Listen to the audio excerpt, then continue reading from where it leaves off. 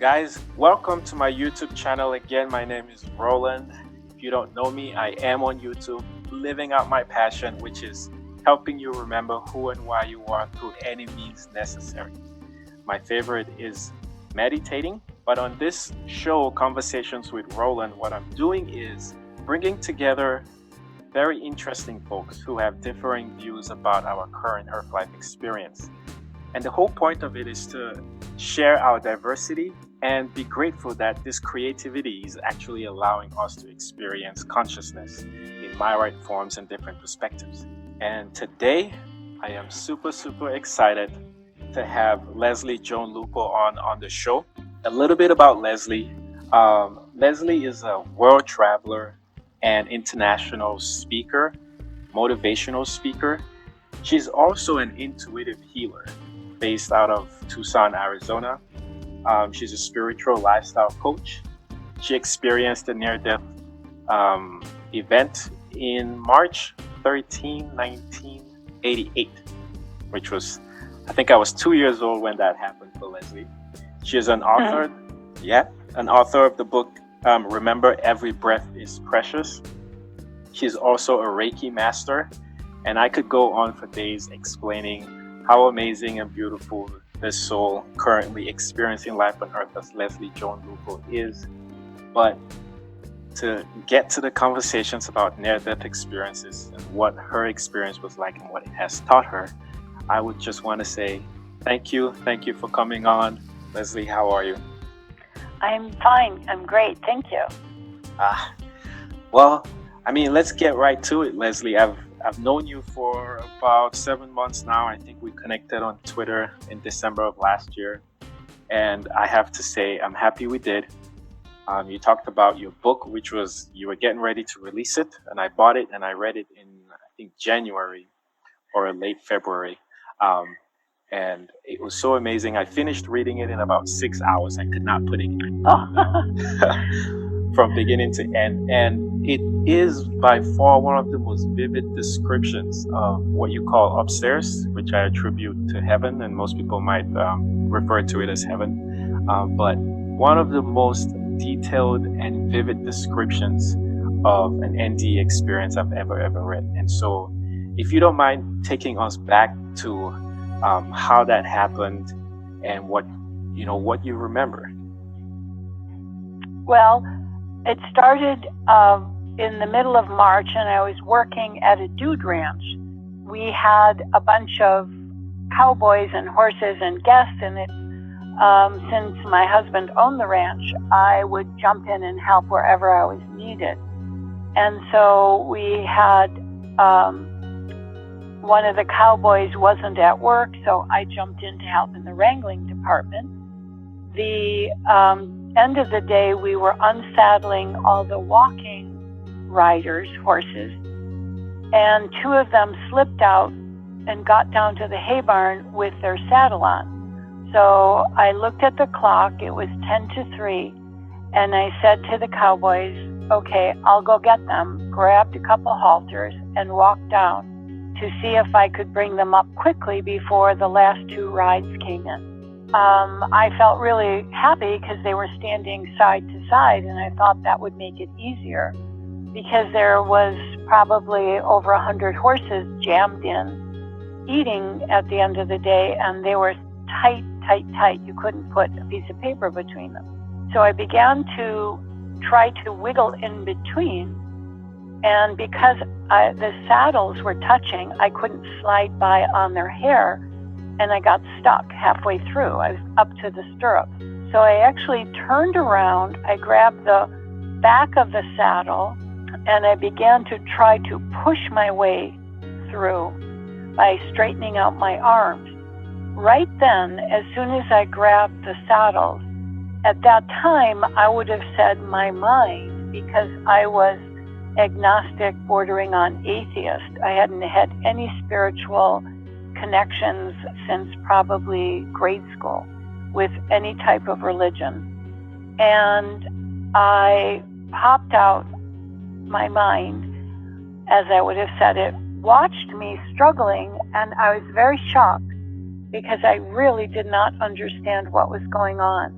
And after a few seconds of watching how I continued to struggle to get past the saddles, all of a sudden one of the horses screamed and a stampede started. And I was caught in the middle of it. My body was, not me. I was standing watching it. Okay. I turned.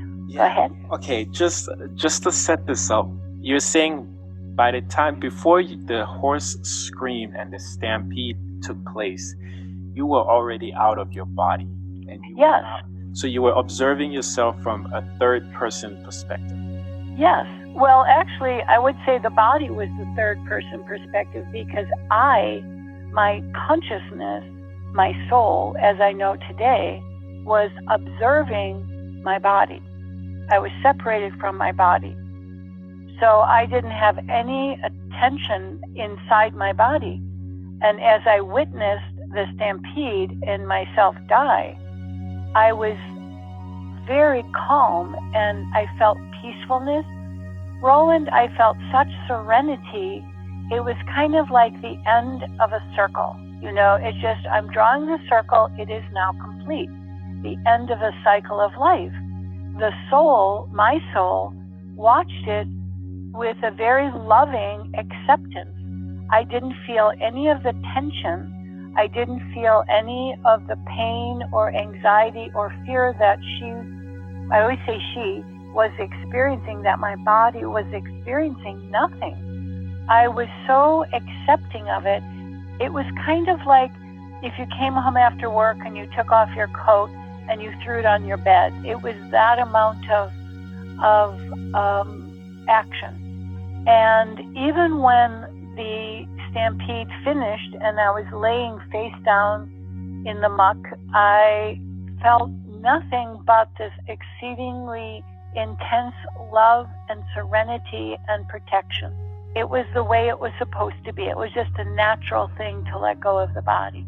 If someone had watched me die, there was nobody in the corral, they would have said, oh my gosh, she suffered horribly. Because with all the screaming and fighting for my life and the horses, it looked as if I suffered.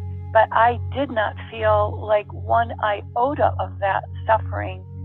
It was like almost like a shrug, like, oh well, time to go home. Wow. And first of all, that's amazing. And that's, one unique way of experiencing, I don't want to say death because you didn't die, but popping out of your body. And do you know what might have caused it? Why your soul decided to leave your body? Was it in anticipation of what your physical body was going to experience? Yes, I absolutely believe that.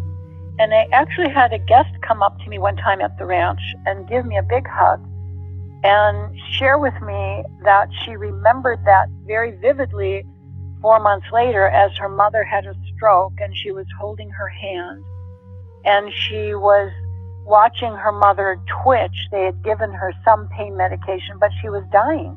And all of a sudden she remembered that. So she said to her mother, I know you're not in the body experiencing this. I know you're just bouncing around out here someplace giggling.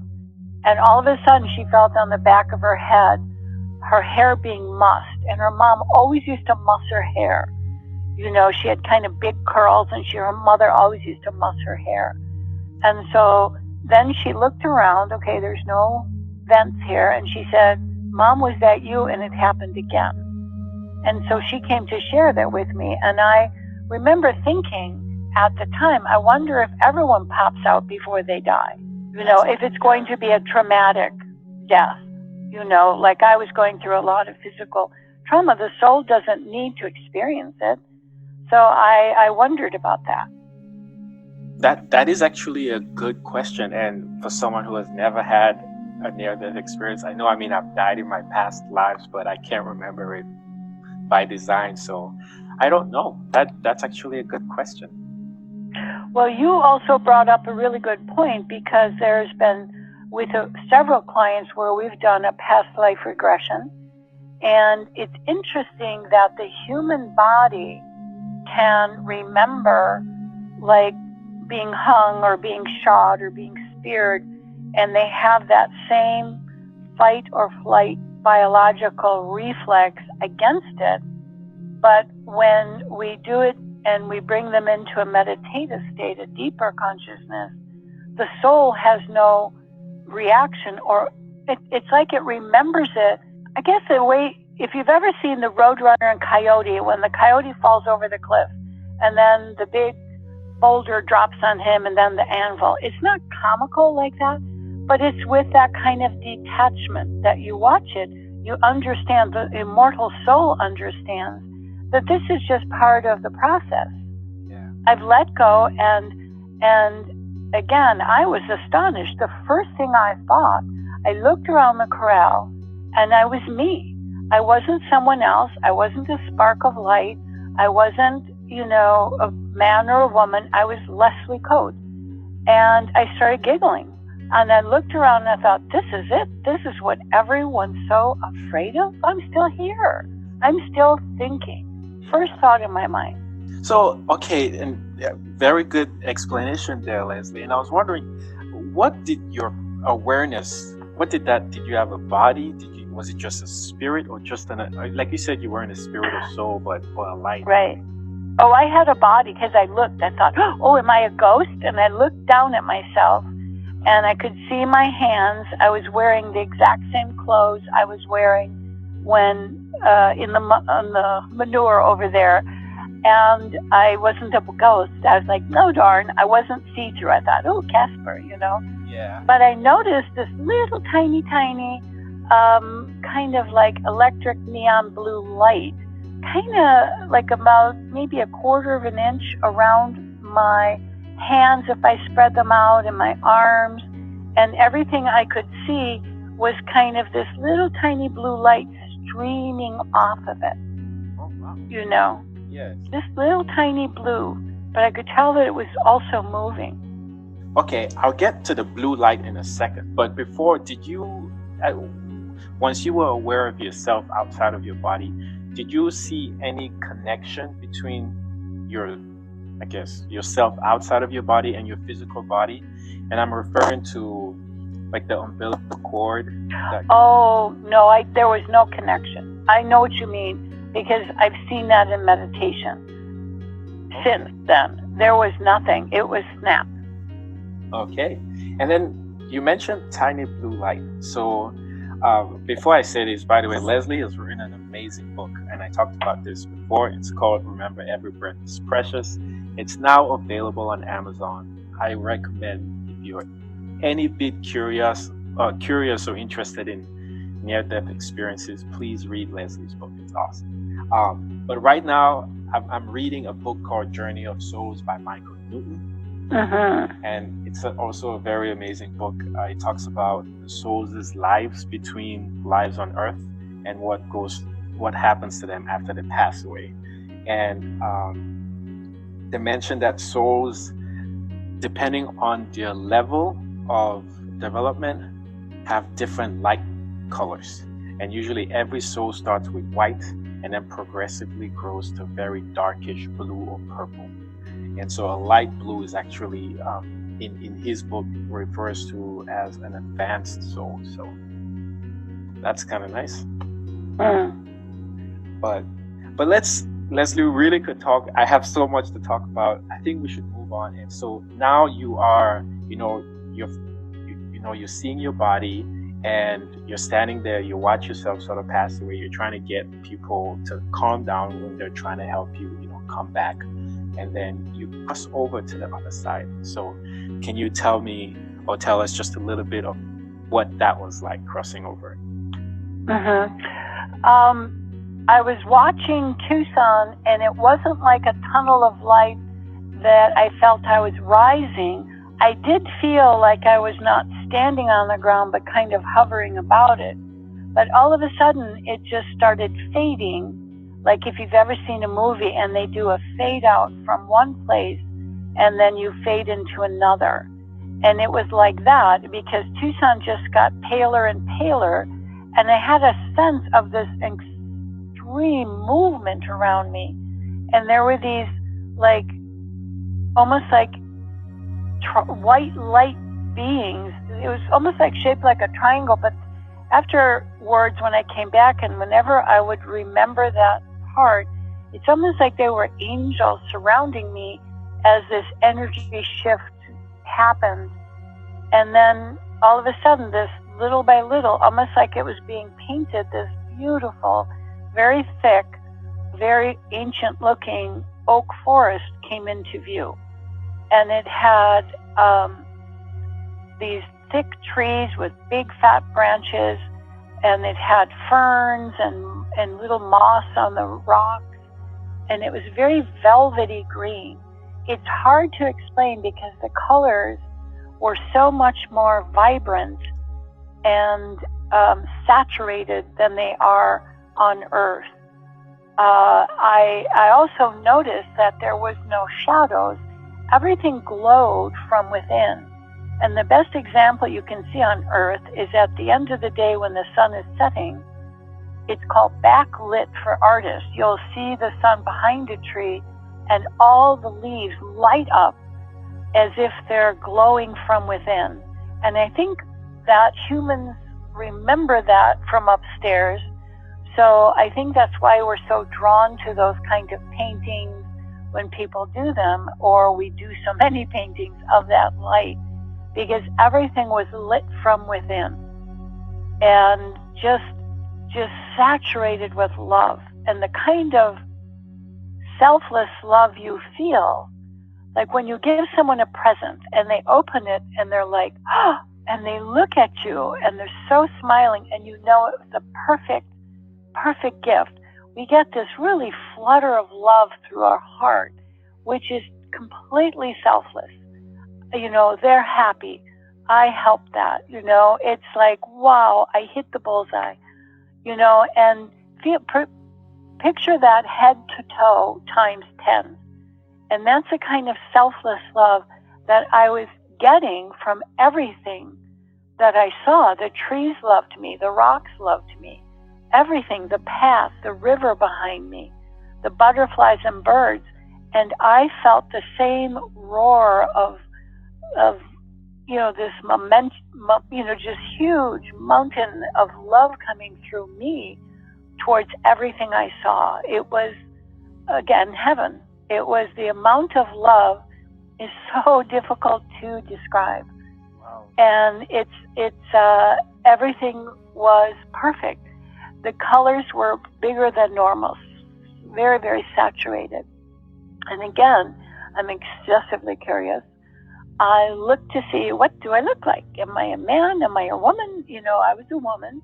And when I looked at my hands, it looked as if my skin was like 20-year-old, you know, just no wrinkles, no nicks or scabs or scars, just perfect glowing skin. And I had these big, like silver dollar-sized freckles on me. They were just gold. They weren't reddish or brownish. They were like gold. There was no jewelry. I kind of touched what do I look like on my face, and my hair was big and loopy curls. And I was like, wait, I like long hair, you know, because I wear my hair really long. And again, I saw that same. It's more like a cobalt blue, but it reminds you of those lights you see when you're landing at night on the yeah. It was like a beautiful blue, and now it's about an inch long around my whole body and my hands. And it's this vibrant flow of energy that's coming off of me. And the interesting thing was, as over electrified as I felt when I looked at my body, everything, all my senses were out of this world, extreme and balanced and happy. When I was first standing there looking around me, I felt very groggy, like I was kind of blinking like you do when you first wake up. And the other thing I noticed, which was very, very easy to identify, was I wasn't afraid. I didn't know where I was. I didn't know what was going on. I had zero fear, because all of that fight or flight wiring that we have in our DNA, in our human body, was absent.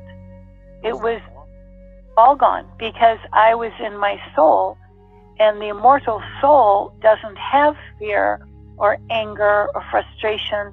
It's only got the good of humanity, all the wonderful joy and, happiness and all that multiplied by 10, at least maybe even 100, is what's present, which gave me great joy to just stand and feel this and look around.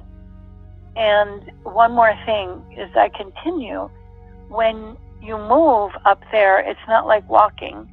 If I looked over by the river and I wanted to see what was splashing in the water, which I did, I just suddenly, I looked over there, thought of it, and I was present. So it's split second. And all of the conversations I had were immediate download.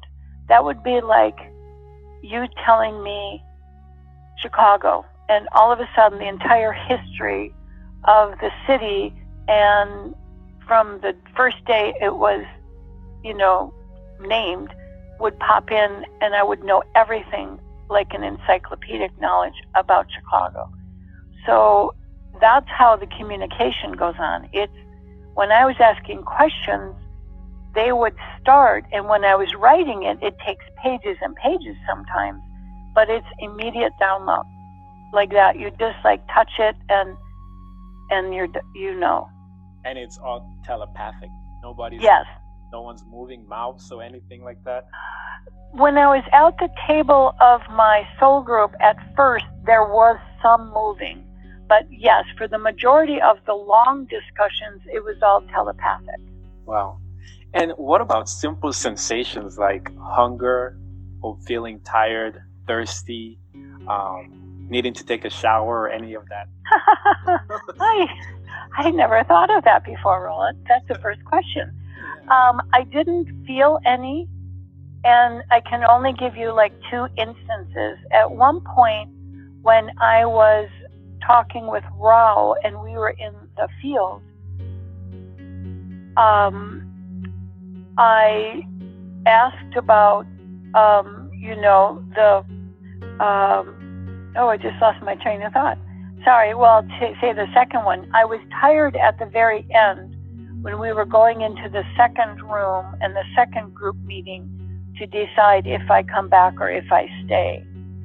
And as far as hunger, I remember when Rao and I were looking at the divine, or God, head or point of source, and I could see other realms through the ceiling. It was almost like there was other realms above us and to the sides of us. And I recognized that there were completely multitude of different realms.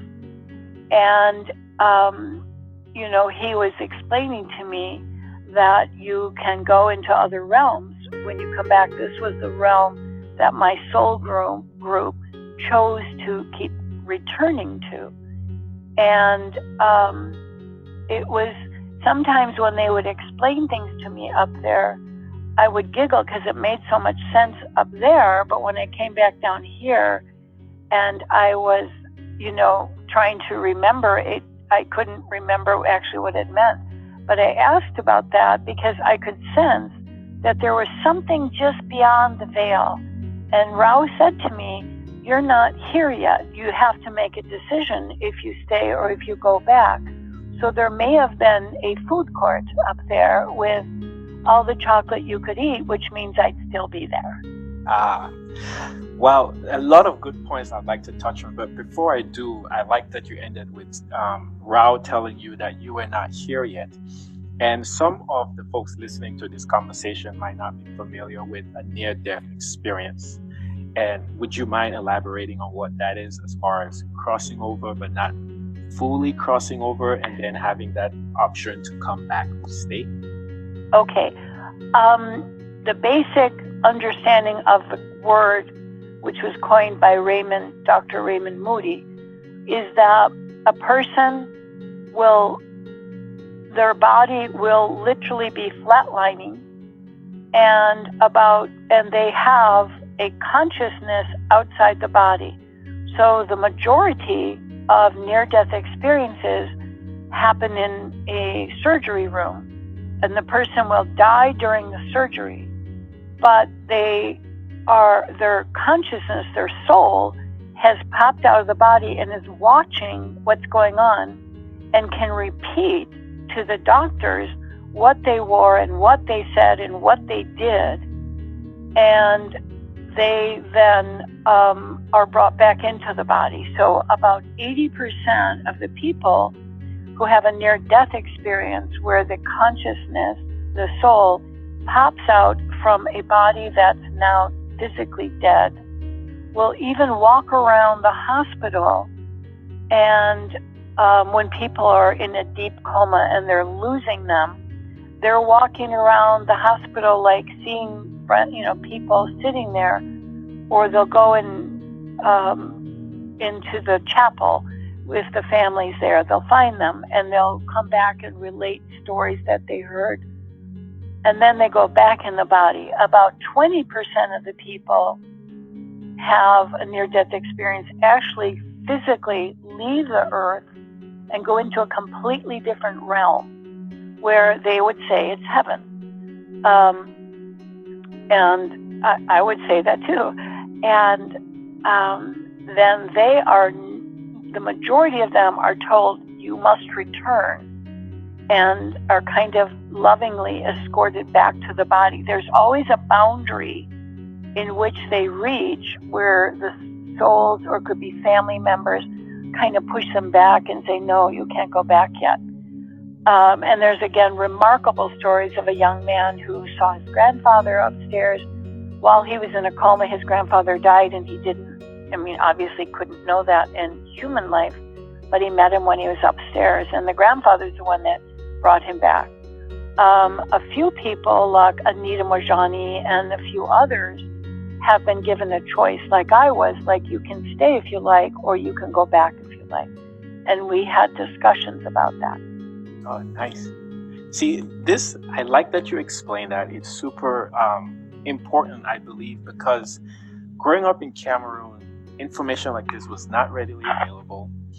And if you came across anybody who had remotely died and come back and crossed over and tried to explain this information, there would be a huge challenge to accept it as true, right? And a lot of it would even be attributed to witchcraft. And that was my experience growing up, was it's not of the church, it's of witchcraft. And witchcraft was right, comically like never good, essentially, unless you were using it to protect yourself, which again comes to the subjectivity of what's good and bad. But today, right, after so many years and so many people having near-death experiences, if you visit NDE.org, there are tons of stories being shared of people who have this. And another fascinating thing about your story is this happened in 1988, and you remember it so vivid. Well, I think that's an interesting point. Dr. Bruce Grayson has done 40 years of research into the difference between an NDE and a hallucination or psychotic break. And he was the chair of the psychiatric department at the University of Virginia. He and Dr. Raymond Moody and two others founded the IANDS.org, which is a group that has studied. There are multiple, doctors involved in all this research. And Bruce Grayson had also come to that conclusion of what is the difference between, he's got a very strong outline about there is a difference. And one of the key things he said was that you have such a vivid memory of every single detail, whereas in a hallucination or an outright lie, it's very hard to have the tiny, tiny little details all the same. Because your mind doesn't hold on to all those details. But this was such a profound experience, especially for me. At that time, I had zero interest in God, in Jesus, in love, in spirit. Well, I was a very loving person. I don't mean that way. But none of this, I would have thought it was woo-woo. I was studying physics. I was a scientist. I was a psychologist, Yeah. I was a dude ranch manager. I was not interested in anything that was woo-woo, as I would have called it. Yes, and I mean, I know you a little more than the audience that might be listening to this, unless it's some of your biggest fans who have followed you for over the last year now. But there was good reason to why you ended up with that sentiment, And do you mind talking about it? I know your childhood was very, very interesting, and you also had a pretty traumatic experience, I think, in your 20s. Yes. Yes. So, well, when I was little, I was actually very psychic. And a psychic, just to be really clear, is not magical, supernatural. We can't predict the future because God gave us free will, and we're not like little avatars in a game unless we want to be. We have the ability to make choice. But I could see these, every once in a while, I would feel this ruffle in the wind or hear like these really faint kind of glass chimes, and someone would materialize, and they were such beautiful beings of love. The love coming off of them was so intense that I assumed everyone could see them, and I found out soon that they couldn't. Well, except for my great-grandmother. She was singing to me one time while we were waiting for the cookies, and she was touching my nose and, pinching my cheeks and just playing with me. And she started singing to someone behind me, and I looked, and there was this first time I saw one of the beings, and I thought nothing of it. The second time, my grandmother did not see the lady. I called her the blue lady because her dress was very dark blue. And my grandmother was so upset by it, she hauled me into the house and gave me lemonade, and I had to wear a hat going outside again. We were gardening. Yeah. At one point, I had this wild vision as I was riding with my mother. I must have been 7 or 8. It's like I felt like I was pulled out of the car, my soul. I can understand that now, but I didn't know what it was at 7. Raced up a few blocks, made a right, witnessed a car accident, and just went backwards, right back in my body. And I gasped, and my mom said, "What's the matter?" I said, "An accident." And my mom, being a mom, said, Where? Afraid, like, why didn't I see this? I said, "The red car," and she doesn't know. She just didn't know what I was talking about. And we went up a couple blocks, made a right, and then all of a sudden, right in front of us, these two cars collide, one red, one white, like I had seen. And my mom kind of looked at me funny and kind of mussed my hair, but that was it. She didn't talk about it. It was like a coincidence to her. But for me, I was horrified. I thought I caused it. And so I shut down that part of what we all have as intuition. And all intuition is, as physics is proving, is sensing the magnetic field. And in the entire range of the magnetic field, we only get a glimpse of a tiny portion of it. So there's all these magnetic waves running around us, and color waves and sound waves, and we get kind of a tiny little portion of them. And that caused me to shut down. Well, then I went back into, I love animals, I love science, so I just went into science in high school, and when I went to college, I signed up to be a psych major and minor in physics. And all of a sudden, I kept bumping into people that were telling me, "Why do you have your light turned off?" They were medicine women and Wiccan high priestess and a shaman and a medicine man. And all these people started telling me, "You have your light turned off." They all said the same thing. "Why do you have your light turned off?" So I was going to college, but on the weekends and many evenings, I would drive into town and I would meet with them. And I just started listening, and the things that I saw and that I saw within myself, began to come out again. And then I was engaged to a man named Sean, and we were going to get married. He, I moved out of the dorm at the end of my sophomore year, and I was going back to Chicago every summer so I could work 2 jobs, save every penny, and that meant I didn't have to work in college, and I could continue to work with these people, to learn. I'd learned tarot cards, I'd learned astrology, I'd learned numerology, I'd learned how to, use to work with animal energy, I'd learned to work with plant energy. It was just, being able to commune with the consciousness that is present in every living thing. And then Sean died during the summer. I was going to stay that summer after my sophomore year, but I just, I'd moved into his house, and all of a sudden I just said, no, I have to go back to Chicago and make this money. Sean had a trust fund, so he had offered to pay for my school, but I can do it myself.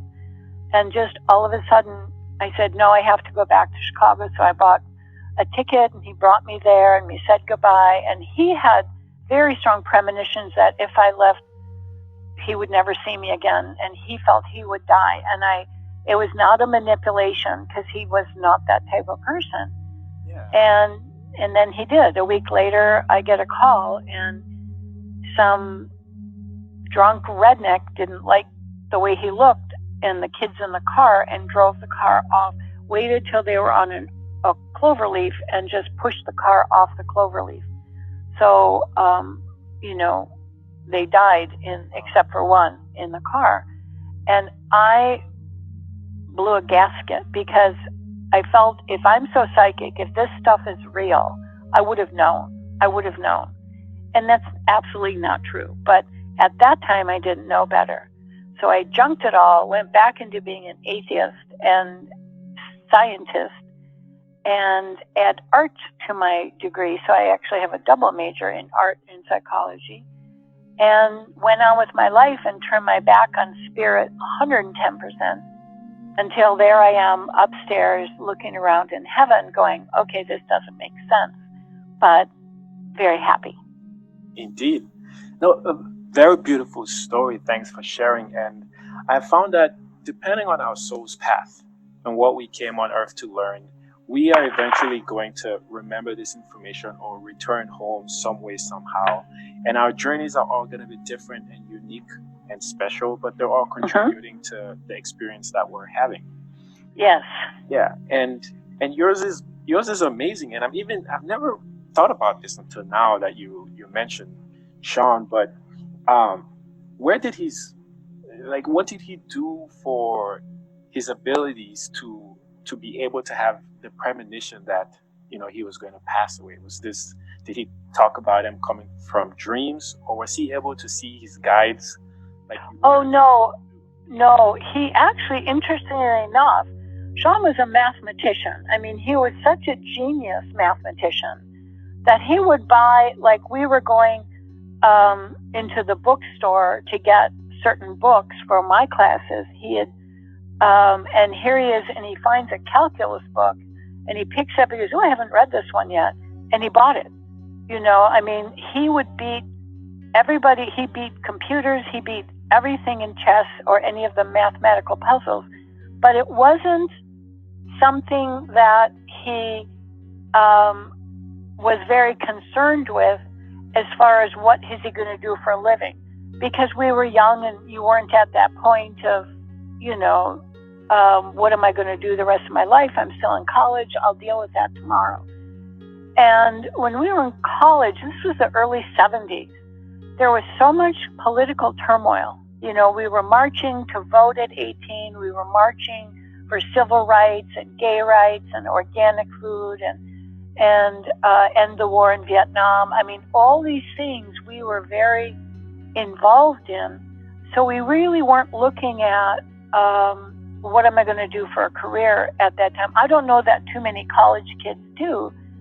I was doing psychology. I wanted to be a therapist. So that was my vague. He was a mathematical major. He probably would have gone into being a professor, or that might have been.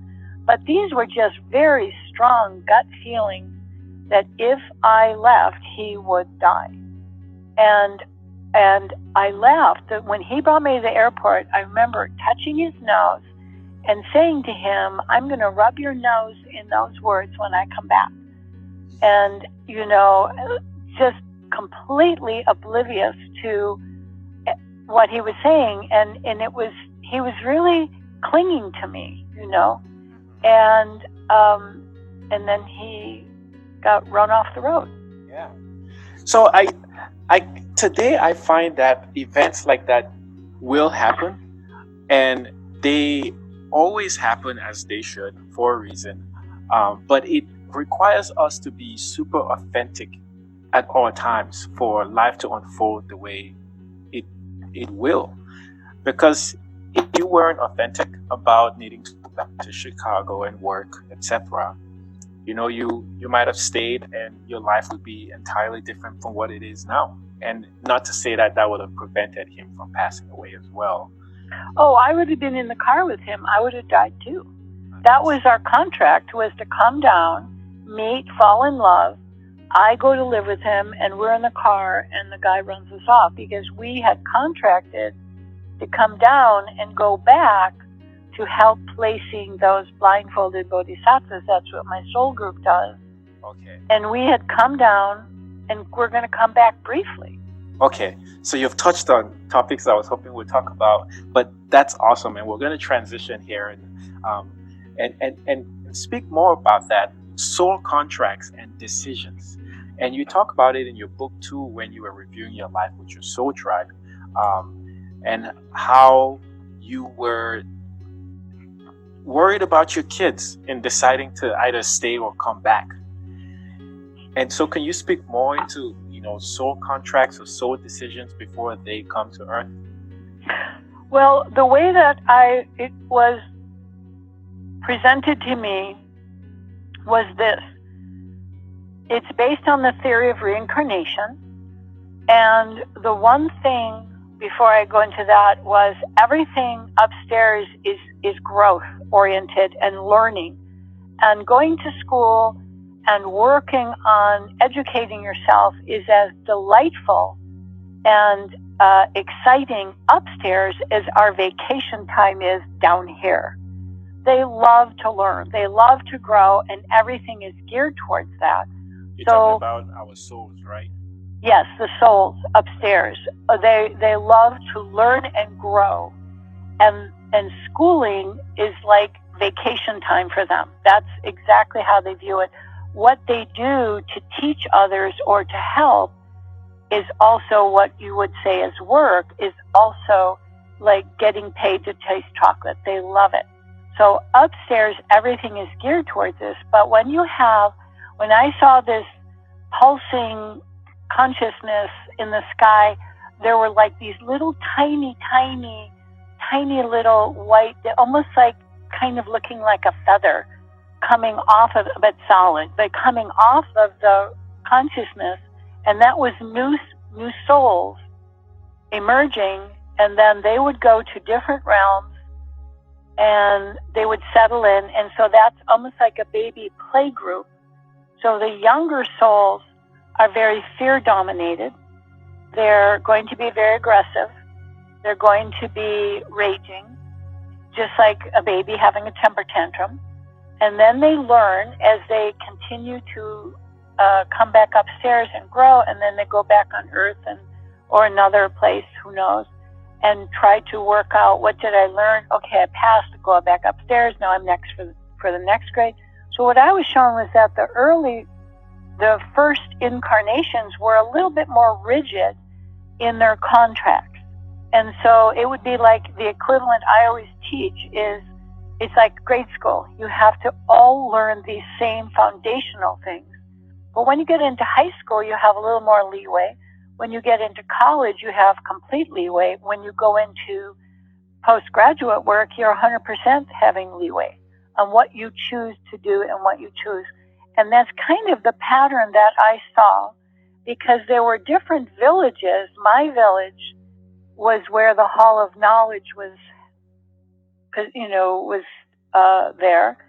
And I could see other villages, and the way it was explained to me was that those are the younger souls. That would be like the high school village, the grade school village, and that the older village I was in would go there and be teachers sometimes to help educate these younger souls. So it was kind of like, and the nice thing is this, it wasn't as if these younger souls were looked down upon.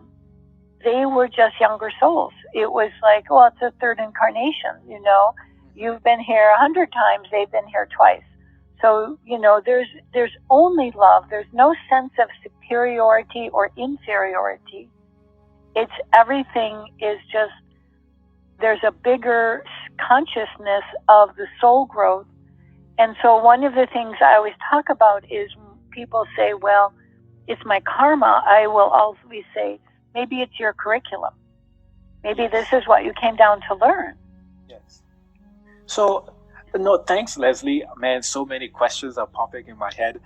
But with regards to you mentioned grades, and I can totally understand how when you are in elementary school, you all learn a certain lesson, which could be everyone learns the alphabet from A to Z, and you recite the numbers from 0 to 9, and then you build on using those numbers to make bigger numbers, and then eventually you're an accountant and a CFO, essentially, right? Which all started from the basics.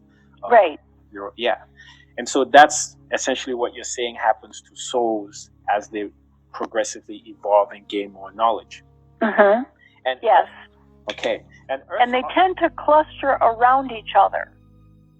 Yes. I've not experienced, well, I have experienced this. Right now I can't remember it, but in reading a lot of the books, I see that.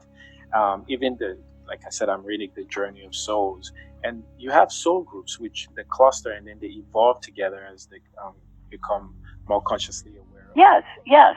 And you play this act out with certain people. However, when you come down in a group, you may have a couple of PhDs, you might have a bunch of college and high school kids, and then you might have a few more of the baby play group, so that you are having like the concept of the one-room schoolroom in your own birth family.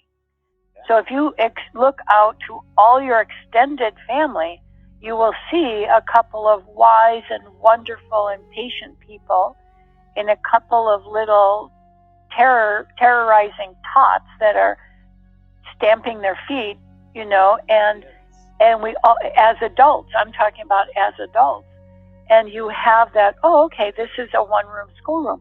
Every room you walk in is a one-room schoolroom. So if you go and look at your friends or the people you know in work, or you go to a yoga workout place, you're going to have all levels of souls. They're not just all PhDs because they're doing yoga and meditation.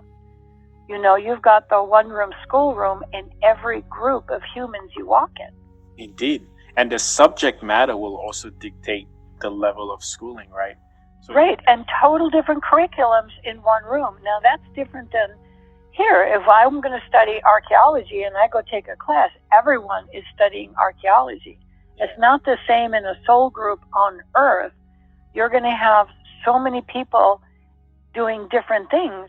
And one other thing is, a lot of times when we have a friend or a family member that just can't seem to get out of their own way and we get very impatient, one of the things I was shown upstairs was that certain souls will come in and take one difficult lesson, like accepting abuse, and they may break it into 3 or 4 lifetimes, so they just get a little bit. Other people will come in and go, okay, I want 4 lifetimes crammed into one, so I want to, do the MBA program in 1.5 years instead of 3 years. So they crunch it, and no one ever says no up there. They just say, fine, go at it, Yeah, and that can be very tough. At least for I who experienced an awakening, I see that now a lot more clearly than I did before my awakening, and it can be very tough to see, say, suffering in a sense and accept it as part of the plan. and a necessary step in soul involvement or evolution, essentially. So what do you say to folks who see that today and are really, really, bent out of shape about suffering, which could also be a lesson that they learned? And how do you handle that as maybe somebody watching that with a remembrance of this? Well, the one thing that I know that is within every human being is that we are here to help. So if I see someone suffering, a family member or a client comes in, and I see that I can give them advice, I will. But the thing is about advice, there's a beautiful saying, when the student is ready, the master appears. And that's true, and I believe that with my whole heart and soul, because it's been shown to me so many times in my lifetime that I could almost giggle at how blatant it is. However, if you give advice to someone and they're struggling with an emotional thing or a physical thing, and you give them advice and they don't take it, or they yell at you, or they say yes and then they don't do it, and they come back for more advice, you give it to them again, you've got to realize, okay, maybe I can't teach physics to someone who's struggling with pre-algebra, because we make the innocent assumption that everyone who's an adult is at our level, and instead of honoring their curriculum, but we don't abandon them or say, oh, that's their karma, and step over them if they're falling down. We do what we can to help, and one of the things that's an extraordinarily impactful action is prayer. So if someone is struggling and they won't get out of their own way, then you have to understand that may be their curriculum, and you can support them by giving them a hug and listening instead of giving advice, and letting them know that you believe in them, and saying prayers that God gives them hope. Because if someone has hope is that light on the horizon that tells me I'm going in the right direction. And that's all we need, is to really have that, big, huge emotion that comes through when we finally realize I can conquer this. And I'll just stay looking at that light on the horizon, and I'm on my way. So it's like setting your intention to go in a certain direction. Nice. And sticking to it. Yeah, so thanks for sharing again. And speaking of prayer, Lesley, while you were upstairs, did the guides or did your soul family show you anything about how prayers work? Oh, that's a good question. No. Okay. We talked about a lot of things, but we talked about meditation and how group meditation, because I saw a place where there were like these outdoor theaters, like in Greece, but they were, instead of a half a circle of steps going down, it was a full circle. And there would be groups of people meditating there to give us hope and inner vision and the reality of what's really truly in God's eyes right and wrong, instead of what we sometimes misinterpret it. And but we never talked about prayer. That just is more of a self-awareness of seeing how prayer works miracles. And I'm a scientist still, and I double-check everything. But there's been so many studies, like at the University of Wisconsin, where they will have prayer groups praying for someone going into surgery that they don't know it, and some people with prayer going in that they know it. And the difference in the recovery is negligible, meaning whether you know you're being prayed for, it still affects you. And again, control groups in which there were no prayer. And it's amazing how the people had less shock. They had a quicker recovery rate. The body didn't go into the shock. They've also done Reiki on people in surgery, and acupuncture on people with surgery. And it's astonishing the results of how these people flourish instead of having an infection and the body collapses afterwards. But I mean, the power of prayer is literally being scientifically proven now. Yeah. And I like science. I'm sorry, but I have to double check everything. And if you Google it, you will see countless studies all over the world that are duplicating the results of understanding what the power of prayer does. No, that's neat. I still have let me not say questions about prayers, but just, well, there are questions about how prayer works, in the sense that, you know, say for instance, I come out to a family member gathering and I'm talking about Reiki, and the family member is apprehensive to Reiki.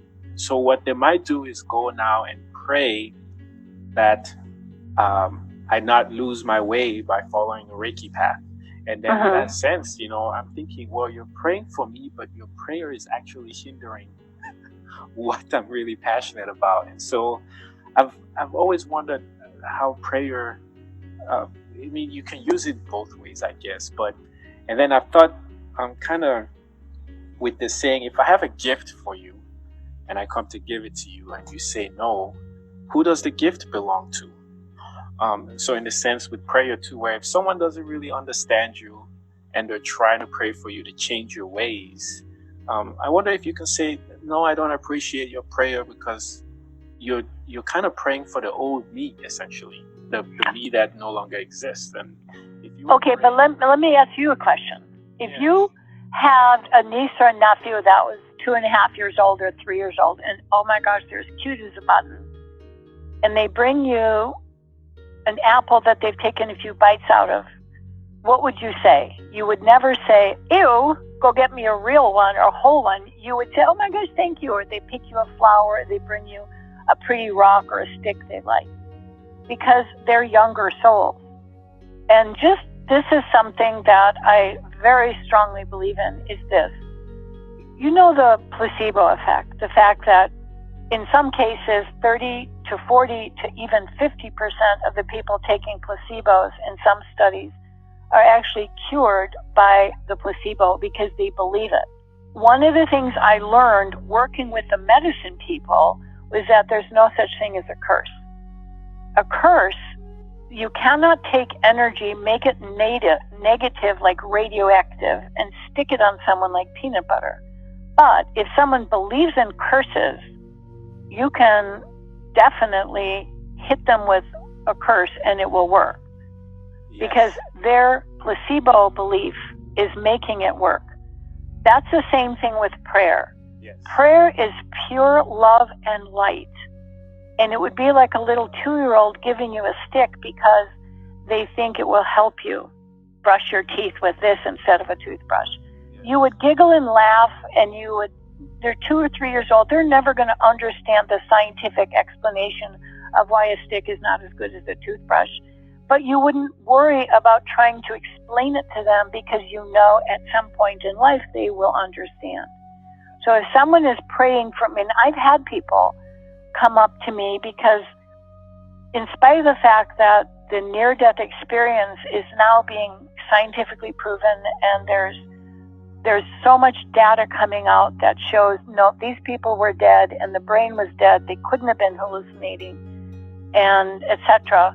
There still is a lot of people that it scares the tar out of them. And the interesting is, the most people that are the strongest objectors are some of the most organized religions, which you would think would be so open to this because heaven exists, you know, and you'd think they'd be, yes, but they're not. So I've had people literally look at me and say, you are from hell and I'm praying for your soul. And all I do is I bless them and I thank them for sharing their opinion, and I give it to God, because there's nothing I can tell them, because this is someone who's very fear-based and they're hurting so much inside. I'm not their teacher. I'm not the person sent to open their eyes. And that's why that statement is there. When the student is ready, the teacher appears. Because you have to know addition, subtraction, and multiplication before you can tackle long division. So if someone is praying for you, you should actually thank them because they're giving you the best gift they have, but it isn't a gift that you're going to worry about. But the negative prayer doesn't hinder you because that would be like a netting that's in the prayer. Their intentions are coming from their highest consciousness. Just like a 2-year-old who gives you a stick to brush your teeth with, their intention is coming from their highest understanding of why you put that thing in your mouth. Well, here's a stick. You could use this too. And it's an innocence of a younger soul. I wouldn't be buddies with them. I'm not saying they're harmless, but in the bigger sense, they're giving you the best that they can give, and they're doing it to protect themselves. They're doing it because they're frightened. If what you're saying is right, Roland, then I'm not. And there's only one path to God, and I'm on it. So if you're different from me, you're wrong. And that kind of thinking is younger soul. It is. It is. And I see that a lot. And the same thing happened to me too. Right after my awakening, I was talking to a friend about this stuff, and they were not ready for it, which was a very important learning experience for me too, in being able to discern, like you said, when you are here to, lead people down or help people see this other side of understanding who and why we are. But it was tough for me because I really liked the person. I still do. I love them. But I finally understood that we're all on our paths to eventually do this. And they prayed for me. They said, the devil has gotten a hold of you. I want to pray for you right now. And in the moment, it was really early on in my awakening, I thought, it's not going to do me anything. Don't pray for me because, no, that's not. But I let them do it anyway, and they prayed. But I just, I was very confident that it wouldn't affect me. And then it's actually more for them that they're doing it. Yes. They're praying because that's like a security blanket for them, and that's okay. You just smile and take the little stick and say, thank you for such a beautiful gift, and make that child happy, Yeah. And if it's important, one of the things, it's always good to double check and just say to God or your guides or whomever, divine source, whatever, and just say, let me see the totality of this picture. I want to learn, what can I learn from this experience so that I'm a better person, more loving, more open, more one with the divine. And that's a prayer I always use when I have a conflict, is it's not all on them. There's a reason, not a reason, but here's an opportunity. I'm not very fatalistic because I don't say things are meant to be. I think that we have a momentum that we create in life. And so if I'm having someone, like when you're awakened, like I had a huge fallout from my family, the medical staff, my friends, about my awakening, and had to plow through it because, I knew what I knew, and you couldn't take that away from me. But when those things happen, you can say to yourself, how can I best understand this? Is there anything I'm missing? And then just be at peace with it, recognizing that it's a security blanket for them. They cannot impact you. At this point, you know that. And you can just, move on and dance away, kind of thing. Yeah. So, no, you're absolutely right, Leslie. And I talk about this and a lot more very interesting topics about who and why we are in my brand new book titled Creatively, Who and Why You Are All You Need to Remember. It's now available on Amazon. You can buy and read. But Leslie, I can't express enough gratitude for you taking the time to conversate with me. And if anybody wants to connect with Leslie, she's on Twitter and Instagram at Lesley Lupo. Her website, lesleyjohnlupo.com, is chock filled with important information and resources that you might find beneficial. But before we close here, we're right at an hour. Would you mind coming to having another conversation with me? Roland, the way you and I talk, I think we could have at least 3 or 4. Yes, I would love to come back. Yeah, I love it. So, yeah, before we close, just any one last thing you would want to tell the folks listening about your experience and what it taught you in being able to experience life on Earth during this, I would say, maybe second life in the last current incarnation for you, I guess. Well, the thing is this.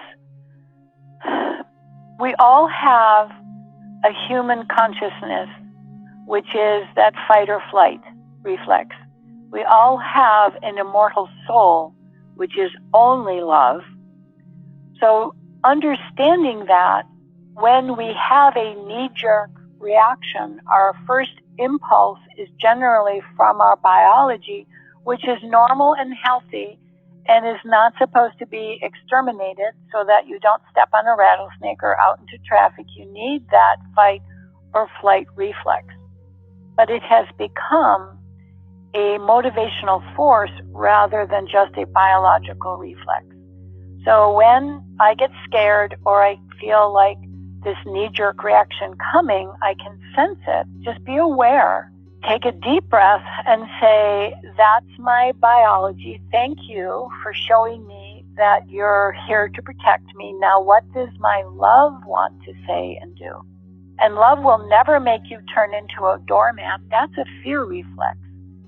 We have to just get a little bit of hold of our reflexes and take that pause, take a breath before you react, and make sure that you're not coming from fight or flight, that you are coming from love.